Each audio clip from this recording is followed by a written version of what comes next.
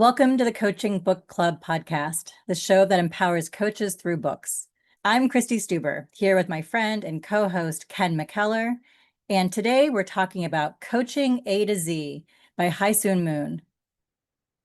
Moon explores what kinds of conversations actually help people heal and grow, and she offers a powerful tool called the Listening Compass. It helps us focus on a client's preferred future and resourceful past, rather than getting stuck in the present problem. And here's what you can expect in this episode. First, we'll start with a quick overview of the book, what it's about, and why it matters to coaches like you. Next, we'll break down some key takeaways that stood out to us and share how you can apply these insights to your coaching practice. Finally, we'll explore how these concepts connect to real-world coaching challenges and help you build confidence, tackle imposter syndrome, and grow as a coach. Whether you've read this book before or are hearing about it for the first time, you'll leave with actionable tools to strengthen your skills. So let's get started. Hey, Ken. Hey, how you doing? Good. How are you today? I'm doing good, good, good, good. Good to see you. Good to be here. Mm. Good to be talking about A to Z. Yeah. What mattered to you about this book? Well, I have a solution focused background. So if you're into solution focused coaching, this is definitely a must have book. She really breaks it down. That's number two. Number one, stories. She tells stories. I'm a storyteller. I love stories. And you tell a story, boy, that's definitely going to plant a seed that's going to deliver a very juicy fruit during harvest season for me. That's what connected for me as well. The definition that she wrote about coaching, that coaching is curating stories of purpose, possibilities, and progress. I've always felt like the reason why I'm so interested in coaching is because every time I meet a client, it's like I get to open the book and hear their stories. And I love reading. So for me, it's like I get to read all these new books when I meet with my clients. And to have that be her core idea, it's stories, was really resonant with me as to how I think about coaching as well. Yeah, I like what she said at the very beginning. Habits of the heart gives ears to the story. And I was like, what?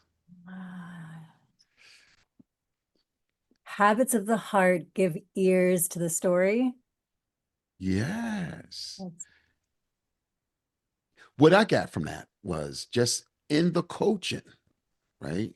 What we build upon as habits. And she talks about from her A to Z, exploring different options of coaching, what it looks like, what it may sound like, right? We build different habits on how we communicate. It generates different stories. If I ask you, do you want to go to McDonald's? That's a yes or no. Versus, what do you want to eat? You may say hoagie steak versus, what do you want to do? You may say go get ice cream. So I mean, but just from the questions, right, generates a story. So that's what I got. That's what I'm starting to get. I'm still working with it. Habits of the heart gives ears to the story. What might that mean for you? For me, what I take away from that is if I can listen to the stories that I tell myself, I can learn what my habits are, and then I can Mhm. start to get more information about how those habits are helping me or getting in my way. She talks about unweaving tapestry at one Mhm. point, that we need to unweave it to understand that story so that then we can weave a new story. I think the second Mhm. part was my adaptation. So that's what I think about when I hear habits of the heart and ears to the story. It leads to one of my first takeaway. Can I share? Mhm. Yeah.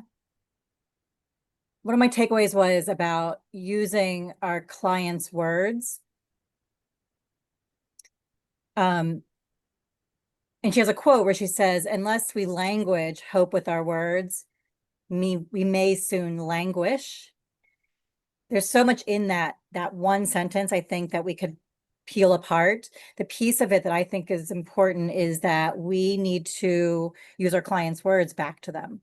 And I remember early in Mhm. my like training, not as a coach, but when I was probably training as a therapist, when I was training to work on the suicide hotline, I was taught that we needed to not parrot, not repeat the other person's words, that we needed to rephrase them in our own words.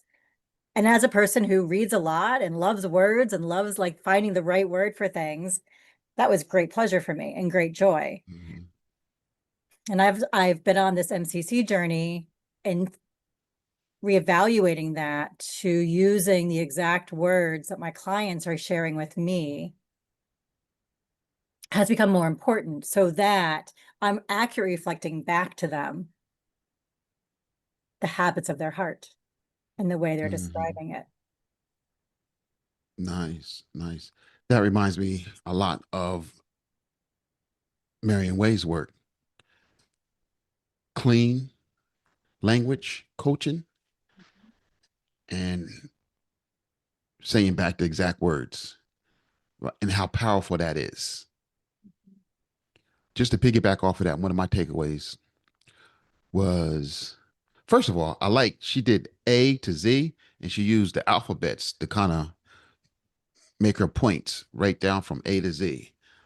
And B was becoming, and she tells a story about like her dad referring to her, as what she wanted to be. And that was so hit home with me. That was right up on my porch because I remember my dad, one of the things I wanted to be is I wanted to be a doctor, not an MD, but a PhD is what I used to always say. But I used to say that even when I don't know, I was real young. And my dad used to call me Doc. He used to call us, I had four of the brothers, by what we wanted to be. He said, Doc, yep, go clean out that garage.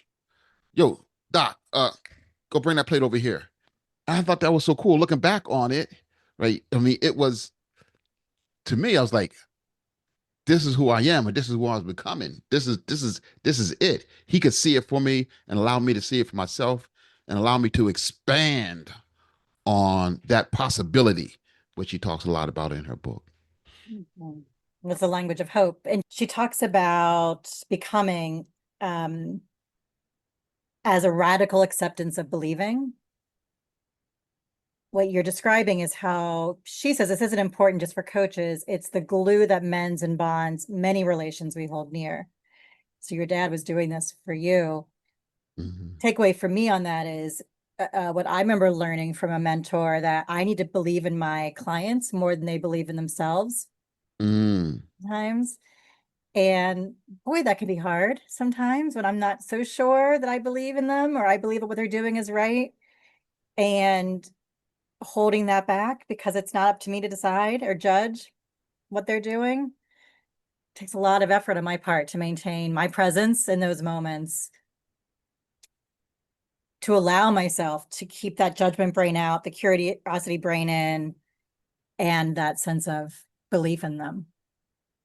Yeah, one of the things that she had mentioned in the book is this whole concept of, taking in what matters, right, to the client versus what is the matter Mm-hmm. with the client. And I was like, shock it now, right? Right? Because, what matters, that's coming from that trust, safety, that coming from that high five of a coaching relationship. Man, it is completely different because with that, I'm not looking to fix, I'm looking to engage. Right. Right. Yeah. Even when I have a client who comes to me and wants to vent about something that's going on or maybe complain, I've realized that if I can look underneath that to what matters, to use your language, and to use hers, what's that value that's missing for them, which is what matters, then that conversation shifts from complaining and venting about what's going on. I'm thinking about a client I just had recently, and they were really unhappy in their workplace and they just wanted to vent. But then I started identifying things I was hearing that felt like they were misaligned for them, values that weren't being represented. They actually made the decision to leave their organization because I realized that maybe it Mm, wasn't the right fit for them. And, as coaches, sometimes well, I'll speak for myself, but that can be stressful when I'm coaching somebody and they've decided to leave and I worry about the organization's going to be upset with me. And I remember the boss called me and said, "Hey, this is the person's decision." And then he said, "Thank you. We don't want to lose her, but we also don't want to keep her if she's not aligned in who she wants to be here at the organization." It's like, mhm, thank you very mhm. much. Somebody who really gets coaching in their organization. Yeah, but for this person, noticing those values that were not being represented, that were feeling like they were rubbing the wrong way, took them from complaining to having a more clear vision for their direction that they wanted to move in. One of the biggest takeaways for me for the book is the art of storytelling, because that's what she did throughout the book. She told stories, used examples, metaphors, analogies. I mean, it was beautiful. I was engaged. It's a short book, so it's not that long. And I was engaged from beginning to end. She's weaving out interactions with family members, parents. So it was a learning opportunity for me as well as entertainment. And anytime I can put my learning and my entertainment in the same cup, that is the perfect Folgers. Folgers, not a sponsor. Yeah, she has lots and lots and lots of great examples of her own experience, her own life, and how they connect to the framework that she has focused on, which, as you mentioned, is more solution focused, is really about this preferred future and resourceful past, keeping our conversations in those areas with our clients. Um, so many good examples in the book about how to do that. So, Ken, what are you going to be applying to your coaching practice after reading this book? Well, I think it just takes you back to the beginning of, like you just said, what is that preferred future? What is that resourceful past? So remembering that in conversation is, I mean, a very powerful concept. I I like solution focus coaching. So in the way she talked about it, this was a because I read it for the second time or maybe even the third time. So this is one of those books that goes right up next to Claire Norman's and Listen to Heart that I'm reading every quarter. I think the big takeaway from me parallels my experience with reading books. So I read a lot, and I've had a lot of people say to me, "Don't you want to write books because you read them?" I say, "Nope, I think I know where I am in the food chain of books. I'm the reader. I'm the appreciator of the books." And in coaching, I have the same opportunity. If I believe that my clients are the experts in living their lives, then my job is to witness that with them, to wonder about it with them, to maybe help them find that language of hope so that they can write their stories. I'm not the writer of their stories. That's what I want to, that's my takeaway that I want to hold on to and remember. Just like when I read, you know, books for fun, I'm not the writer. And just when I talk to my clients, I'm not the writer of their stories. They are. Well, I hope you read my book coming out on March 4th, 2026. Right? The high five of a coaching relationship in the book that's coming out 2 months before that called Coaching Insights for Life. I hope you read my books. Stop playing. Matter of fact, how can my book get on this podcast? I want to put a bid in right now. Well, Ken, if you have a book suggestion, you can just message us on our LinkedIn and we'll consider your books for our conversation. It's exciting to hear about your books. and have them contribute to our conversations. Anything else that you want to add today before we close out? Get the book. And I know is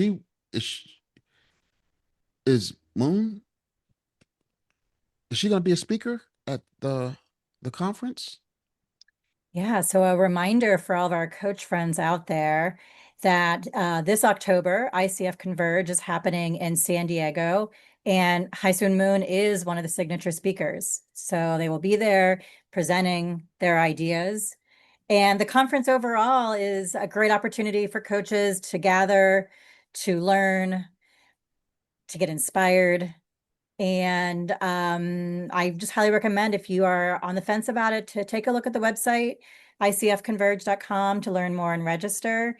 And our hope is that we'll see you there. Ken, that's where you and I finally met in person 2 years ago, was at the ICF Converge in Orlando. Yeah. So get the book and she'll be there. She can sign it for you. She did not tell me to say this. If I run into her, I'm getting my book signed. I know that. There you go. There you go. Well, listeners, we want to thank you for listening again today. Haesun Moon describes coaching as curating stories of purpose, possibilities, and progress.